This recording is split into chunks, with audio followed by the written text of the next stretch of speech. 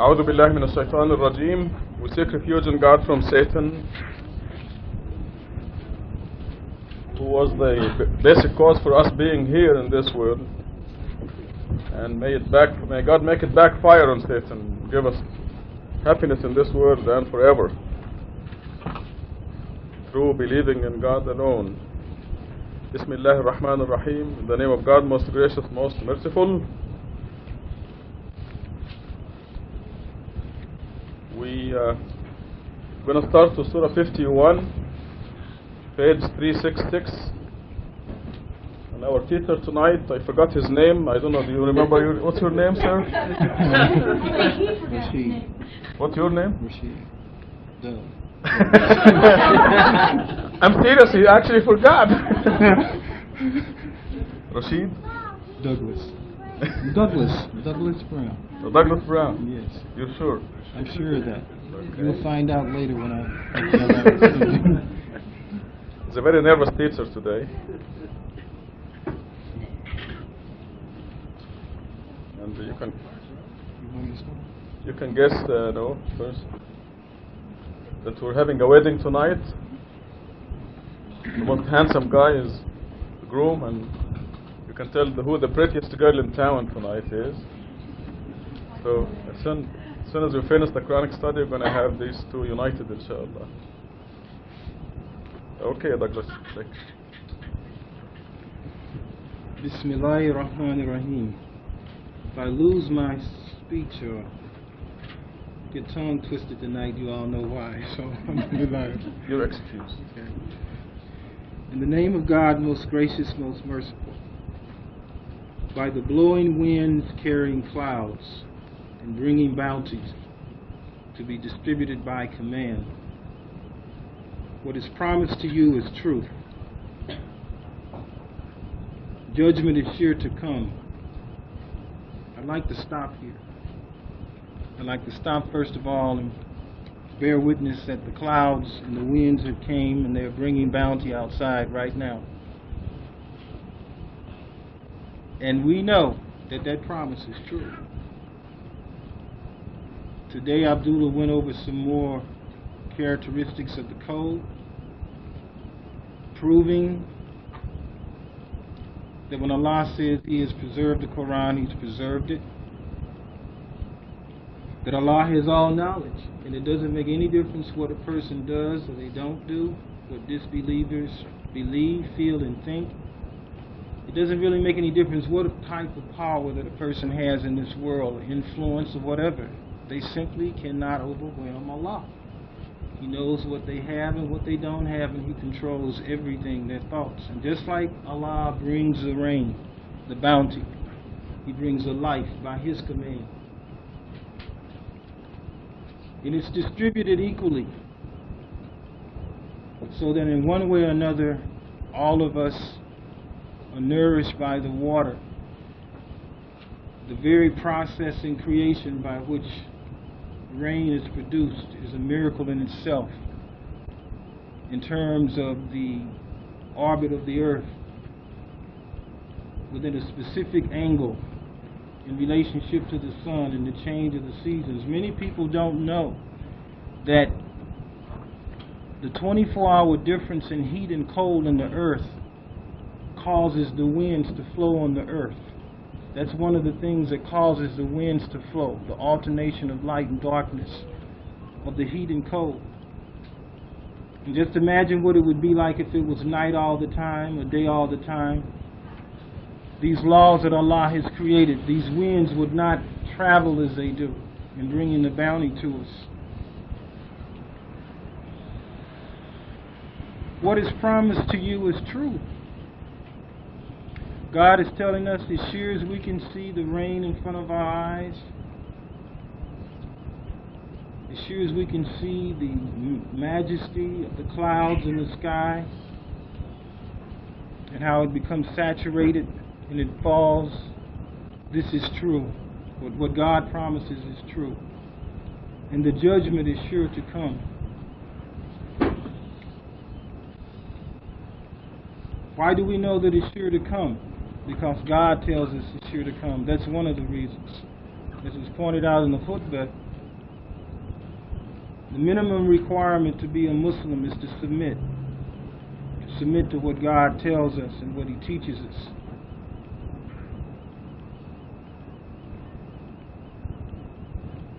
One of the most recent discoveries concerning the time of the Day of Judgment was made the other day by Mahmoud and I think Sister Isan and Emily. Surah 72 verse 27 speaks to the fact that only Allah gives His messenger any knowledge of the past, present, or future. Only the messengers that He chooses may be given certain information concerning the past or the future. What Mahmoud and Sister Isan and Emily had done was they took the geometrical value, I guess it's a geometrical value of the name Rashad and the name Khalifa and the surah number and the verse number, and they put these numbers in a series. Just like Abdullah showed us today when we saw the chapter and the verse and the chapter, he put them in a straight line and it's divisible by 19. So not only do we know that God's messenger is given the knowledge of the future, we also know that God willed that His messenger of the covenant be given knowledge of the future. And if people say, well, there are millions of individuals named Rashad, okay, because you can just take the value of the word Rashad and put it next to chapter 72, next to verse 27, and it too is a multiple of 19. But there is only one Rashad Khalifa. Confirmation of the time of the Day of Judgment and what God promises us is true. Despite the perfectly created sky, you dispute the truth. The stars, the sun, the moon, these clouds, how Allah keeps the oxygen and hydrogen, how He keeps certain gases within the Earth's atmosphere, how He prevents things that are dangerous and harmful to us from entering the atmosphere, how ever since He created the earth, the cycle of rainfall has not changed, the evaporation, precipitation. None of this has changed. Despite the perfectly created sky, the constellations at night, where humans have given names to these constellations, because when they look up at these stars, they see certain patterns that they relate to, certain figures and patterns. And just like Prophet Abraham, he looked up at the stars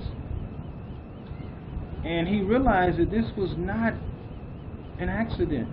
These stars and planets could not be positioned in the sky to produce this beauty,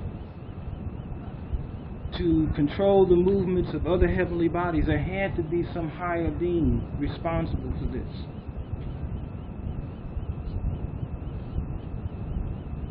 And God tells us in the Surah, despite these signs, these magnificent signs that are right before us, when we turn on the faucet, we have a sign. We drink it. Without it, we die. Let alone look at the sky. There is dispute. There is confusion.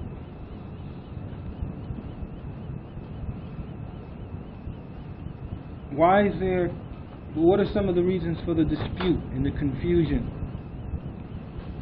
Well, we know that this is Satan's kingdom. He's incompetent. He thought that he could be a god. He entertained thoughts that he could run a universe, a world with creatures, and God put him to the test. And his incompetence, along with individual decisions, intentions, create this doubt. Although Satan was very incompetent, he is also a master. He is a master deceiver. He's extremely powerful. He's a hypnotist, or whatever names we want to use. He retained the power and ability to mislead us. And he has dedicated himself to that. That's his purpose for existence. To mislead as many of us as possible, to keep us disputing about the truth and confused. We know many times in areas where there are droughts, they will spray the clouds, they will seed the clouds in an effort to make it rain. Seeding the clouds in itself does not make it rain. There's no conclusive proof at all in the first place that seeding a cloud will make it rain or not, because Allah still controls the processes by which it rains.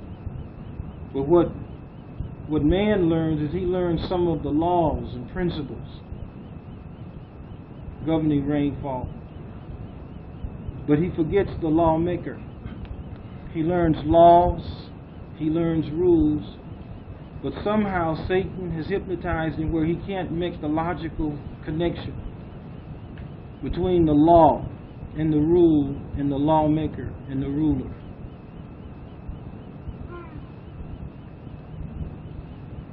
So he disputes.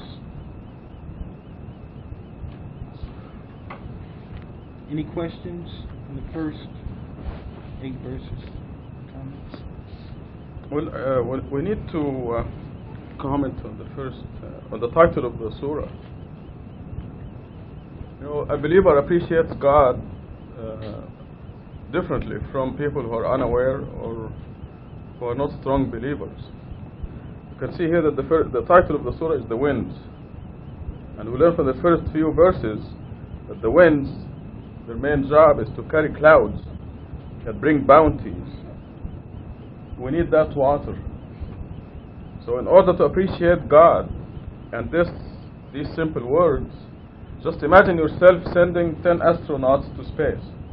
You sending 10 astronauts to space, and you tell them, okay, you're going to be out there for 3 years, and when you need water, I made an invention in the spaceship, so there'll be these clouds on top of you and they will give you water. You're sending them into space. And you devise that system that will give them water, clean water.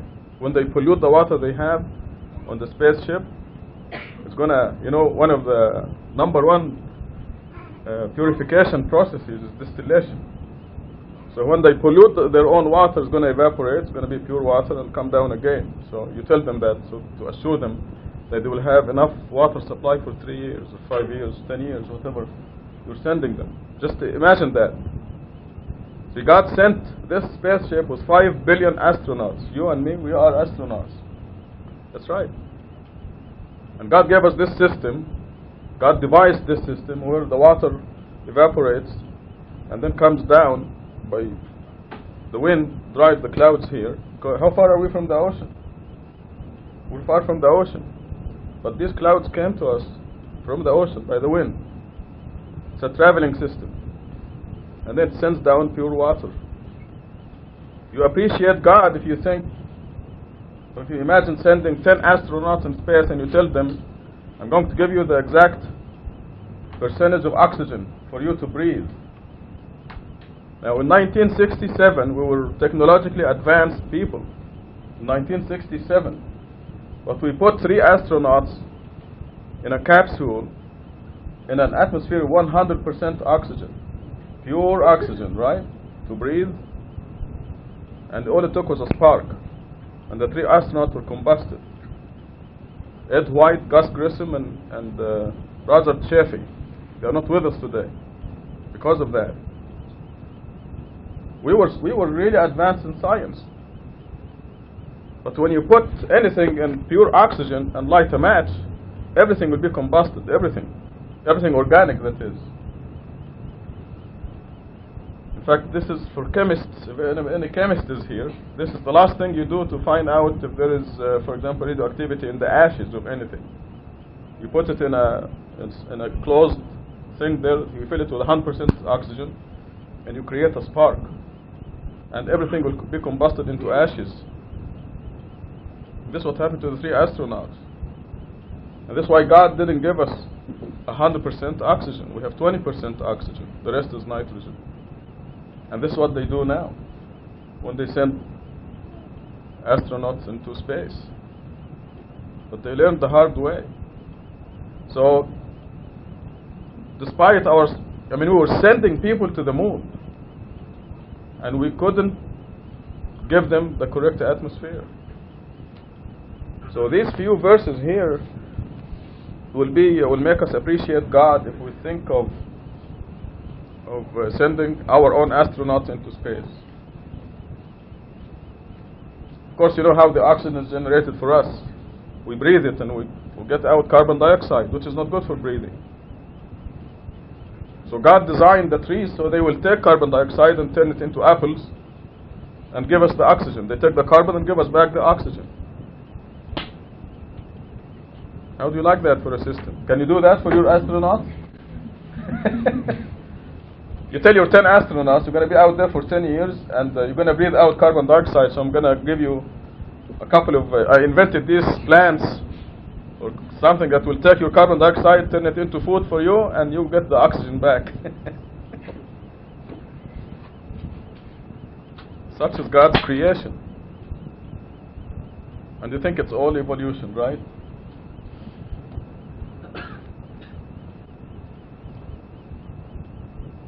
Are there any questions on these? The winds and the rains and bounties? We're talking only about the 5 billion human beings. You forget the 10 decillion ants and the about 200 billion mice. Ahsan?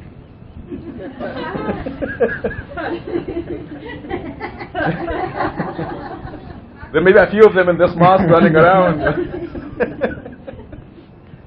The name scares her, this is why I said. Okay, back to Douglas. Yes, Kat?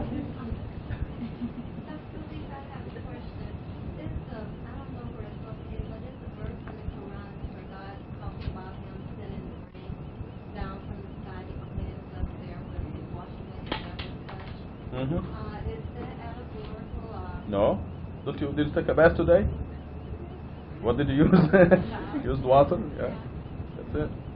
That's not allegorical. You actually used water.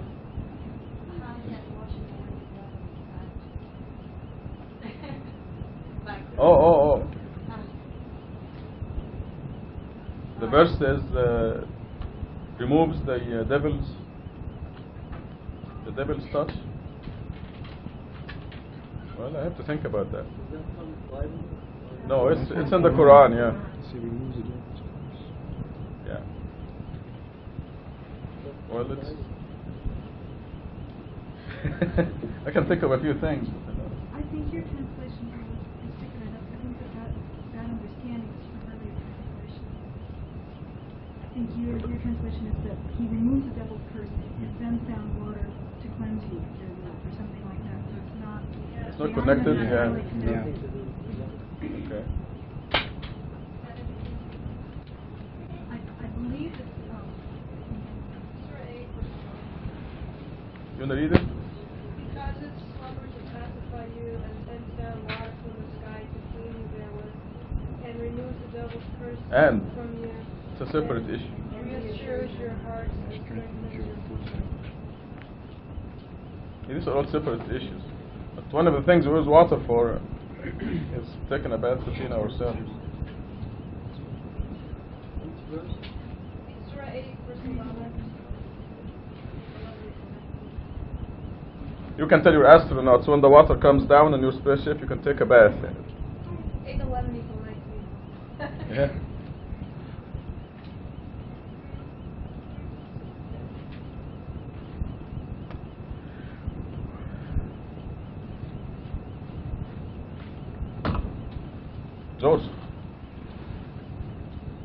George, go ahead.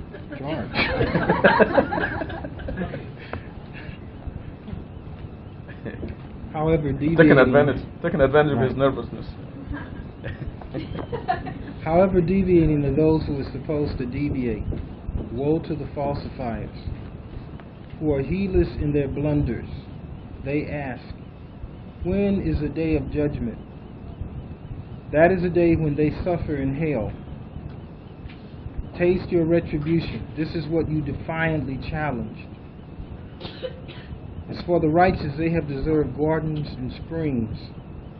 They receive their Lord's blessings in return for their works. Rarely did they sleep the whole night. At dawn, they used to implore for forgiveness.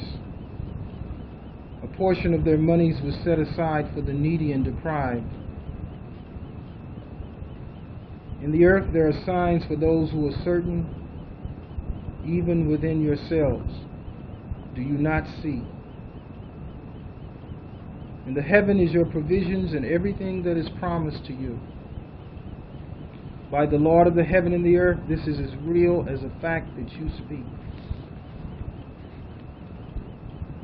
In verses 9 through 23,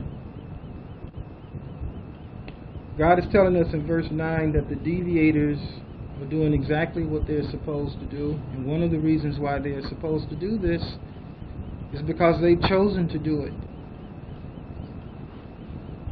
They have chosen to follow Satan instead of submit to God alone. They've chosen to deviate, and because they deviate, they're going to meet the consequences of it.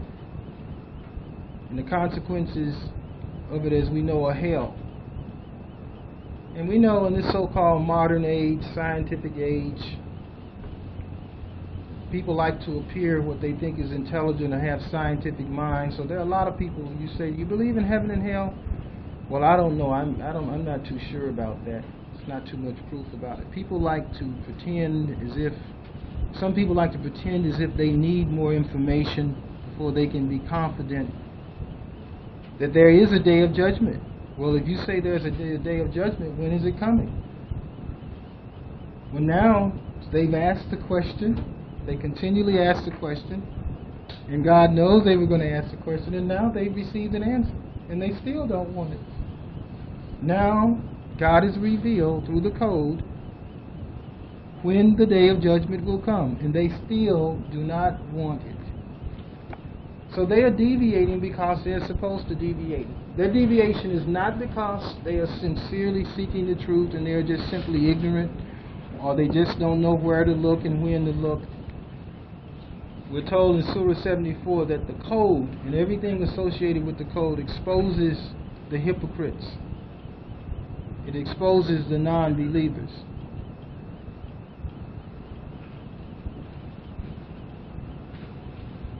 You know, as we grew up and we were children, or every now and then we may, for example, like we're driving down the street or the road and we'll see a warning sign, don't turn left. Somebody say, you better be careful, don't walk that way anymore. We're surrounded by warnings. We don't take them all with the same degree of seriousness. Many of them we totally ignore. We feel, well, it's not going to happen to me. And this is the way these disbelievers and falsifiers are.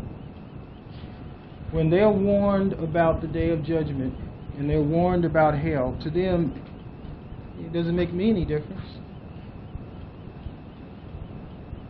God says in the Quran, the human being is prone to only believe in what is in front of his face. He only wants to believe what he thinks he can feel and touch in front of his face. And one of the things that I was thinking about the other day is when we went along with Satan and didn't come out and declare that only God is God and that He is absolute, we were then put in this world. We could no longer stand the presence of God because we entertained doubt in His power. And when we were brought into this world, our bodies were made visible to us. Now, if we listen to what God is telling us, He's saying our bodies were made visible to us when we came into this world. Well, that implies that our bodies and everything else that's visible to us in this world is not permanent or is not absolute, because we came from somewhere else that made our bodies visible, and made us see the things in front of our face. See? So what happens? Satan deceives us and whispers to us, and we begin to believe that the only thing that's real is what is visible to us, despite the proof. So God, in His mercy and His absoluteness, revealed the miraculous code, revealed an irrefutable proof in the highest form of, scientific language, mathematics, right in front of his face, and he still denies it because he is supposed to deviate.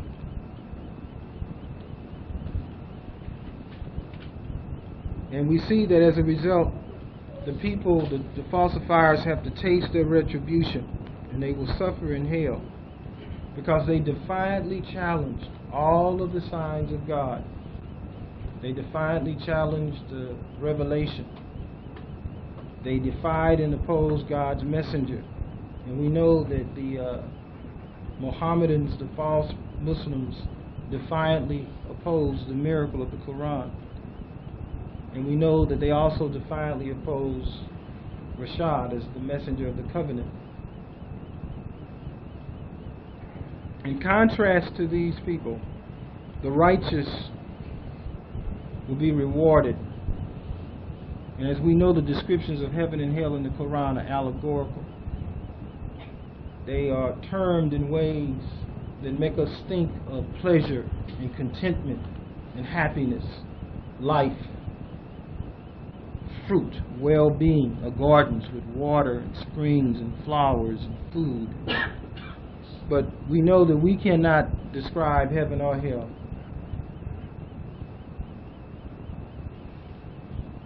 What is the bargain? What is the bargain for those who are righteous, who heed the signs of God? They receive their Lord's blessings. There is obviously no greater bargain, but only a believer is guided to see that. Only a person who submits and desires to submit to God is guided to recognize that that is the greatest bargain, that is the greatest promise possible in this world. And it's not free. We're told in the Quran, do not think that you are going to be allowed to say you believe without being tested. We all have to go through tests in life, different circumstances, situations, to increase that belief. And inshallah, hopefully, until it approaches a point of certainty, we don't question what Allah says in the Quran. We don't question His signs. We're certain. Mahmoud and I were talking the other day, and when you read about the descriptions of heaven for the believers, in light of the fact that we know that every letter of the Quran is divinely fixed and from Allah, we know that every statement in the Quran is true. We are certain that every statement of the Quran is true. And we were kind of laughing the other day saying that it's a wonder that believers don't commit suicide to get to heaven as fast as they can. But we know, because we know that it's true. We know. What are some of the things that the righteous do in order to get this reward? We're told that they don't, during the night or after sunset, they pray. They make their evening prayer, their night prayer. Or they spend their time in reading the Quran or some form of worship. Not the entire night, but they don't spend their night in idle play or things of no benefit to them. And at dawn, at Fajr, wake up and make the Fajr Salat. The righteous recite their prayers 5 times a day because they know and they understand that making their salat, that is contact with God. It's contact, and it's building up credits, and their soul is growing, so that their soul Okay, I don't know. I don't really know the details of that. No, this is an example.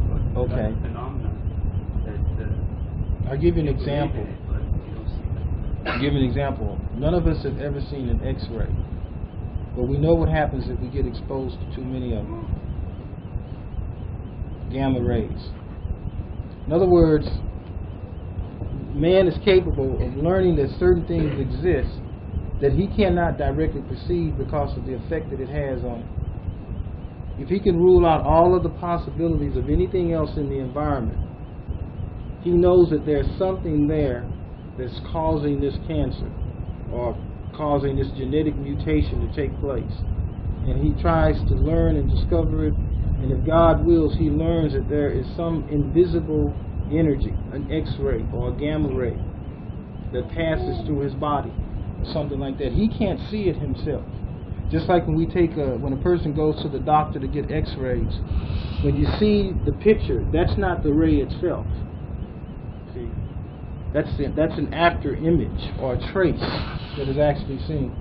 So the doctor or the nurse looks at the trace and knows that that was an X-ray or a particular type of ray that passes through the person. So one of the ways we know that, well, obviously this is a proof that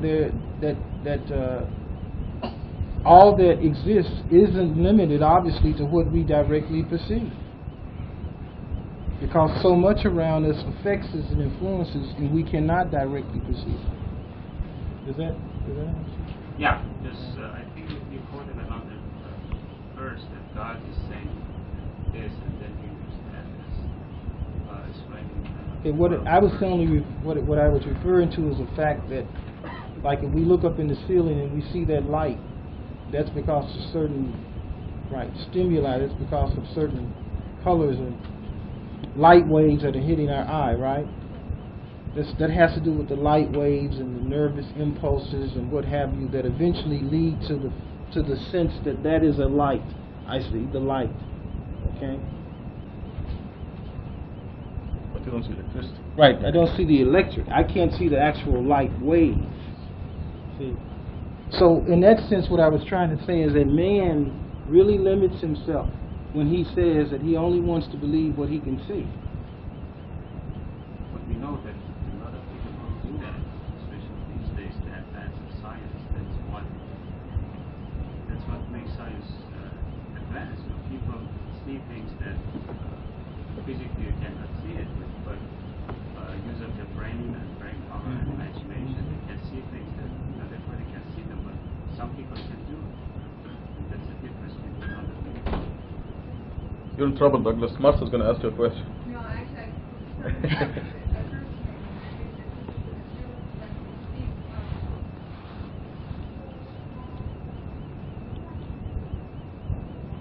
I may be sort of using this with Study Sura and ourselves, but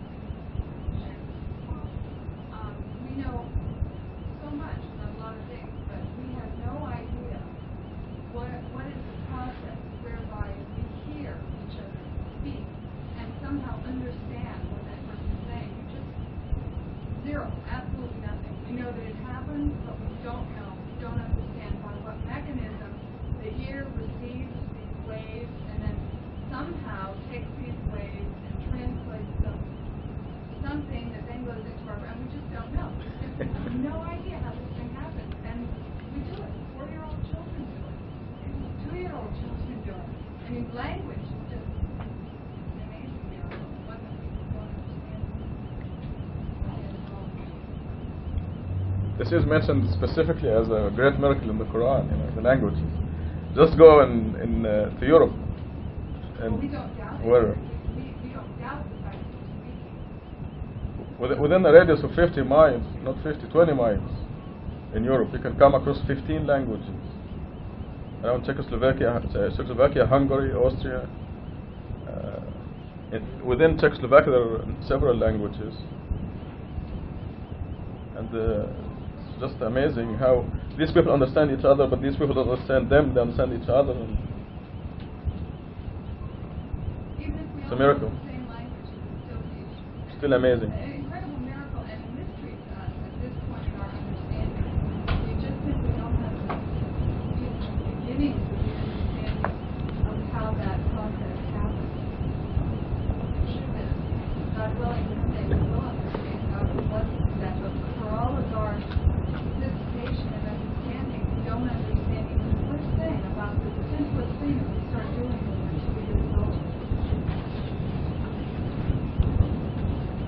Some people even speak Turkish. It's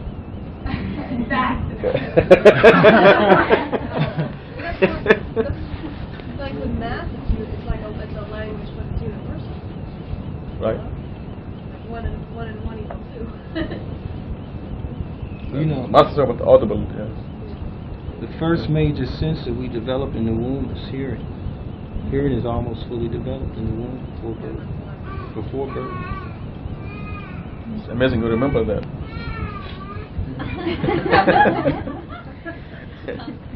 Okay, verse 24.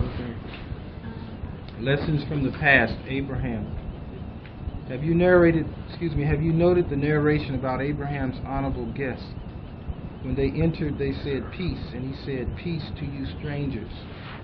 He then asked his family to prepare a fattened calf. He offered it to them, but they did not eat. He became wary of them. They said, "Do not be afraid," and they gave him good news of a knowledgeable son. His wife came in astonishment, pointing at her face and saying, "I am a sterile old woman." They said, "Your Lord said thus, He is the most wise, the omniscient." These honorable guests that came to see Abraham were angels. They were actually on their way to Gomorrah, Sodom and Gomorrah, and they were commissioned to go and destroy Sodom and Gomorrah because the people of Lot had reached the point of no return in terms of their opposition against God, the practice of homosexuality and other kinds of wickedness. And so their destruction was already written. It was already predetermined. And when they went to Abraham's house, he gave them the greeting and welcome as a believer. As we know, God commands us in the Quran to greet the people with a hearty greeting, to give people a sense of welcome. And they returned it. But when he offered them the food, they didn't eat it. And at this particular time, in Abraham's culture, whenever you went to someone's house and they offered you of their table and you did not eat it, this would arouse suspicion and sometimes fear. Because a guest should eat of the offering that the host makes. And he became somewhat worried as to who they were and what they wanted. And as we see here, they told him not to be afraid, and they told him that he would have a son by his wife Sarah. And she could not believe it, obviously, because of her age. And she asked in a different way the same question that Mary asked when the angel went to her and told her that she was going to have a son. And we know in Surah 4, she said, "How can I have a son when no man has touched me?" And the angel let her know that Allah could cause life and create the birth of a child or the conception of a child in the womb of a woman anytime He wills. He created Adam and Eve out of nothing.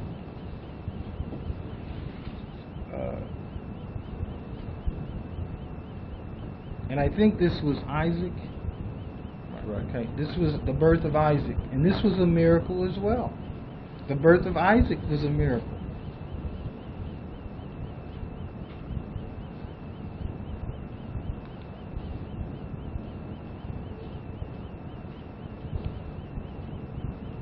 So we see that God blessed Abraham with many, many signs.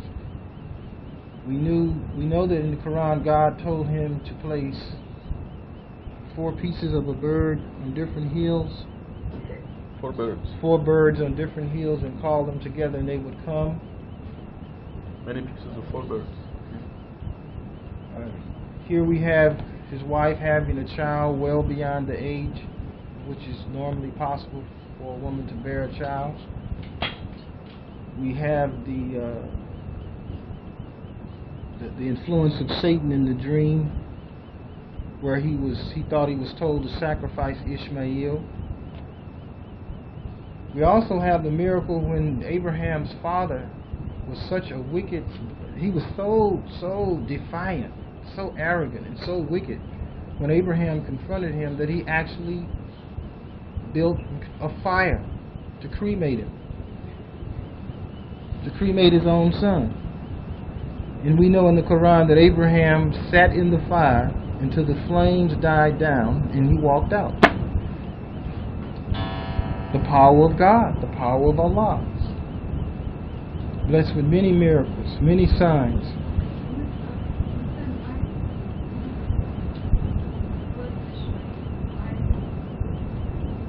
No, Ishmael.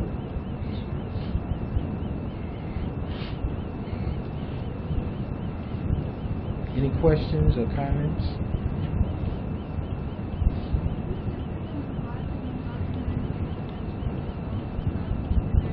There you said it, his only son. Isaac was never the only son. You said the truth right now. Isn't that the reason they say it is because Isaac was his own legitimate son, like his own wife. This is how they justify it. But it's It didn't say take your only legitimate son. It said take your only son, even if he's illegitimate. But he was not illegitimate. Did you say you take your only son or your only illegitimate son? But according to the Bible, it's Isaac, isn't that No. what the Jews believe? That it was Isaac? Somebody, of course, the Jews and the Christians believe it was Isaac. But that's a racial distortion.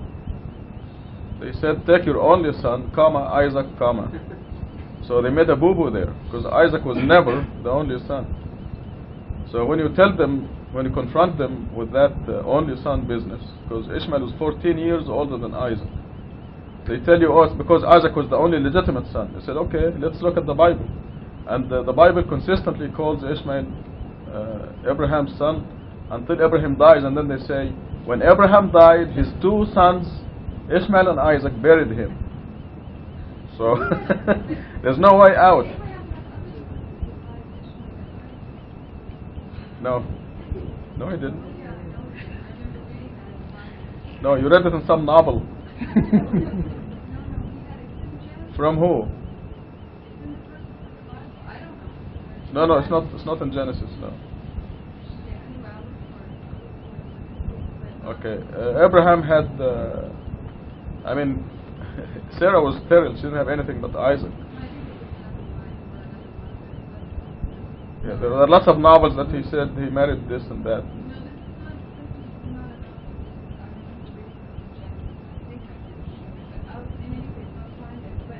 Okay. If you had any other children, they are irrelevant because the Quran and the Bible mention only Ishmael and Isaac. Nobody else.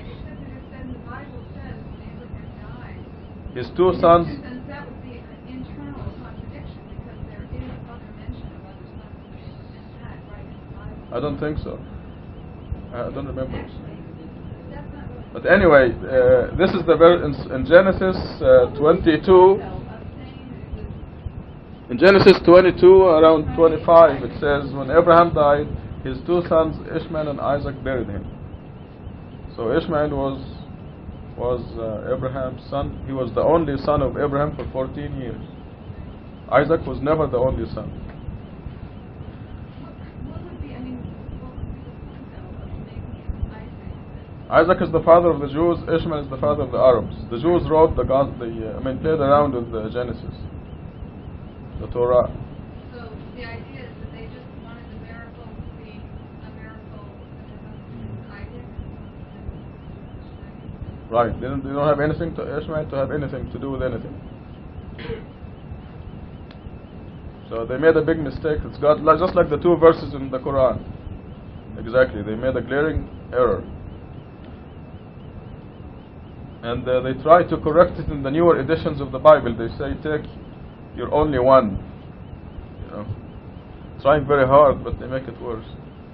You only one what? Donkey or? I mean.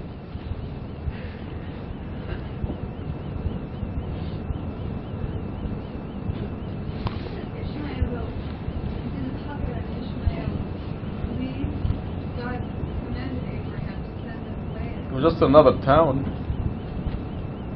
It was just another town.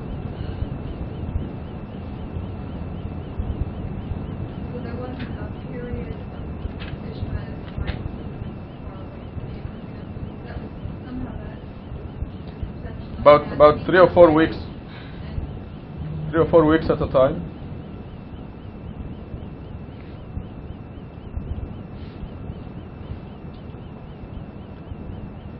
Okay, back to practice.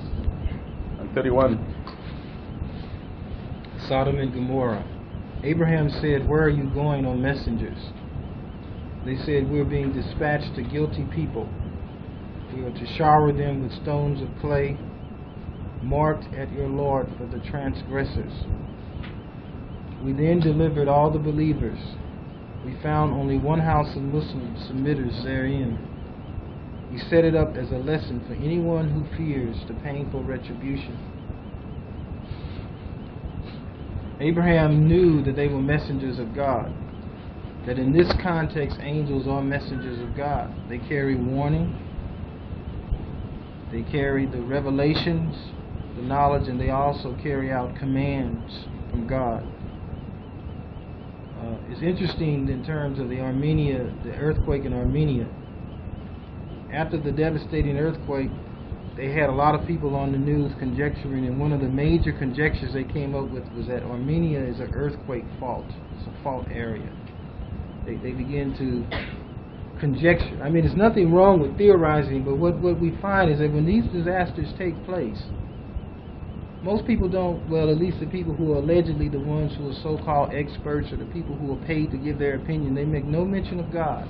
That doesn't mean that some of the people don't, but they seem to be locked up or blocked out at any suggestion that there is a greater power at work that causes these devastations, let alone produces the bounty and benefit. They refuse to believe that there is a God, an intelligence, that this is by design, that there are laws and rules. They want to believe that it's either by haphazard, you see, or simply due to some malfunction or something off in the earth's structure, just as an example. And the messenger angels were dispatched to the people of Sodom and Gomorrah, and we know that they were showered with volcanoes, tremendous earthquakes and volcanic eruptions. And it completely destroyed that area of land, totally. It was so much devastation, fire, and heat that we know that the salt plains, it created miles of salt plains where there has been tremendous heat. And it's proof in verse 34 that these types of disasters are commanded by Allah, and the people who die in these disasters are already determined. They're already identified. In other words, only God controls the time of death, and also people who are disbelievers are identified by God. And this is one of the things we see in verse 34, marked at your Lord for the transgressors. That these stones, volcanic ash, this heat, this lava, all of this was marked. No transgressor, not a single transgressor could leave Sodom and Gomorrah. Just a small family of believers who were with Lot were saved.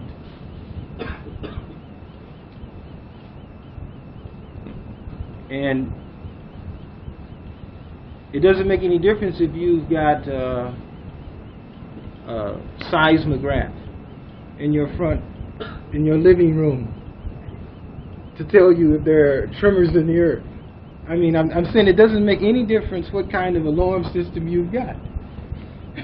Your best alarm system, and I'm not dismissing that, I'm saying the best alarm system is submitting to God alone in this life, period. Because we know that God is the one that controls all things. God controls, circumstances. A human being is supposed to take precautions, use his or her intelligence, but to also understand that God controls all things. And you can have all the alarm systems and safety devices and all kinds of things you want. But if a circumstance is to befall you, or you were to come upon a certain circumstance, there's nothing going to do to stop it from happening, if it has been already written. And God says in verse 37 that the destruction of Sodom and Gomorrah was set up as a lesson.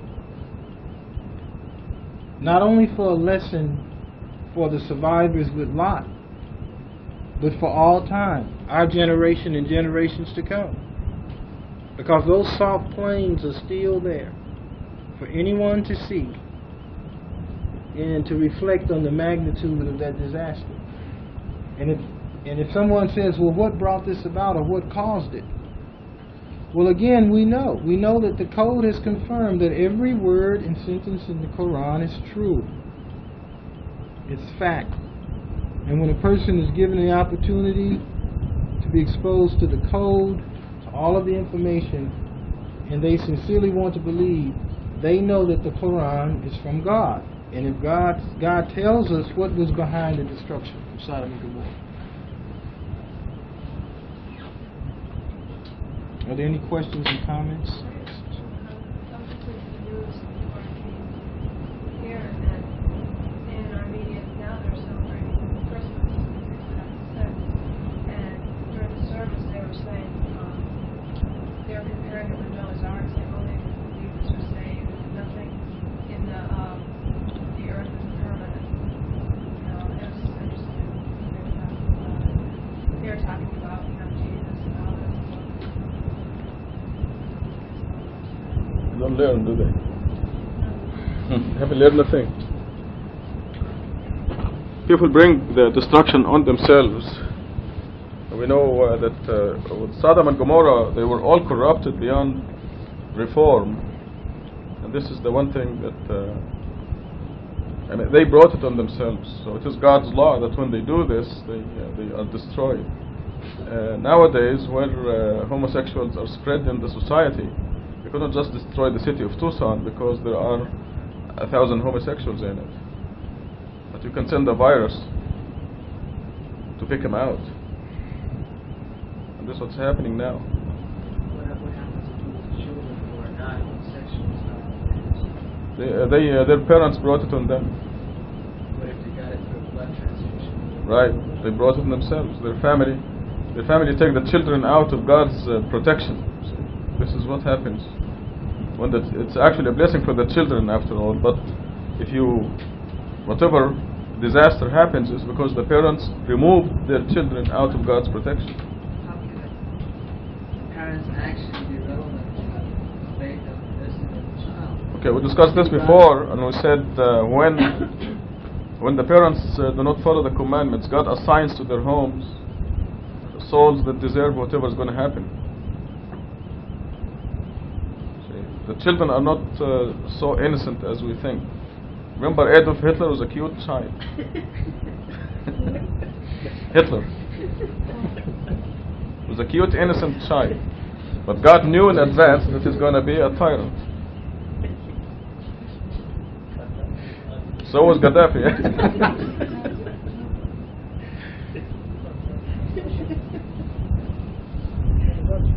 You understand, Babak? You understand the point? The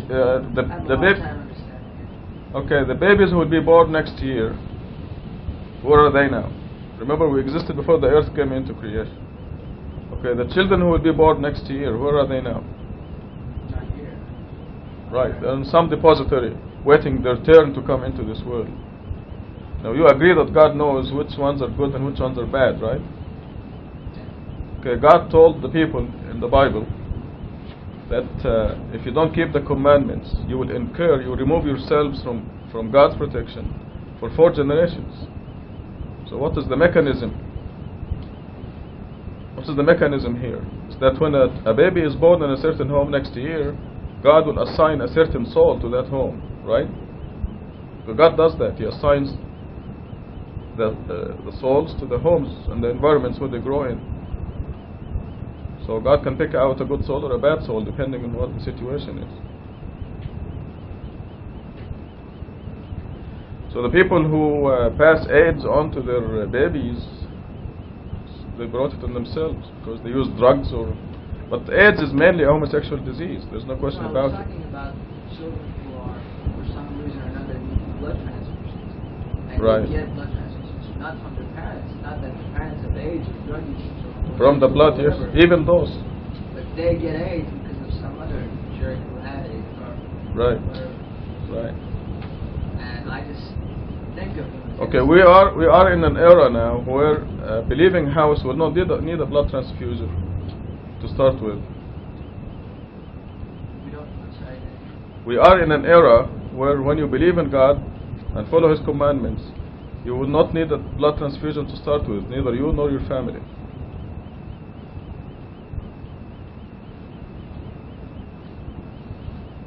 Maybe difficult to fathom, but this is God's promise throughout the Quran. I'm sorry, I don't mean this. I hope it doesn't happen. But if you go outside the street and there's an accident, you lose some blood, and Well, that's what I'm saying. This will not happen to start with.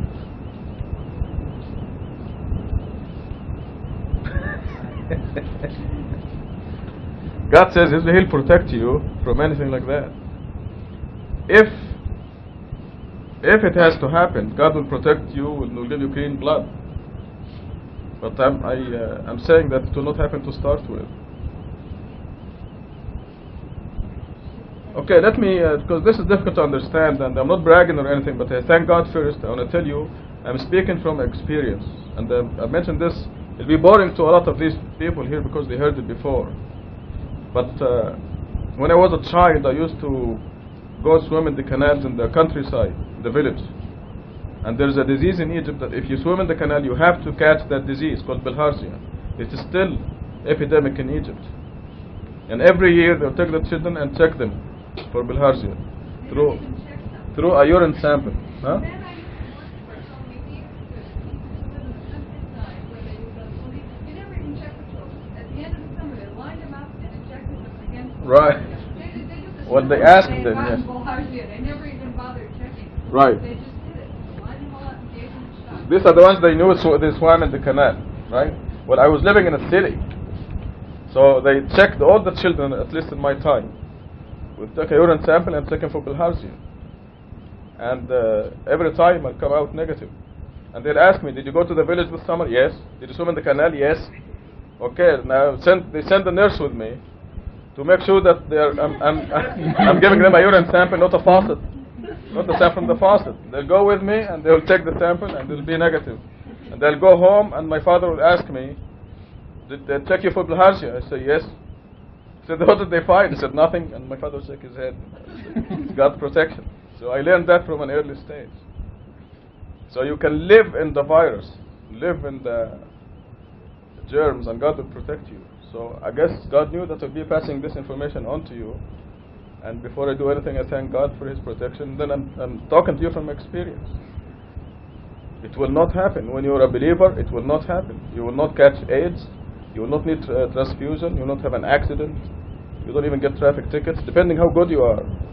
You will get these as pinches whenever you do something wrong. But for as long as you are sincerely searching for God, God will give you time, will protect you until you make a decision. Your decision would be to remain in God's protection or step out of God's protection.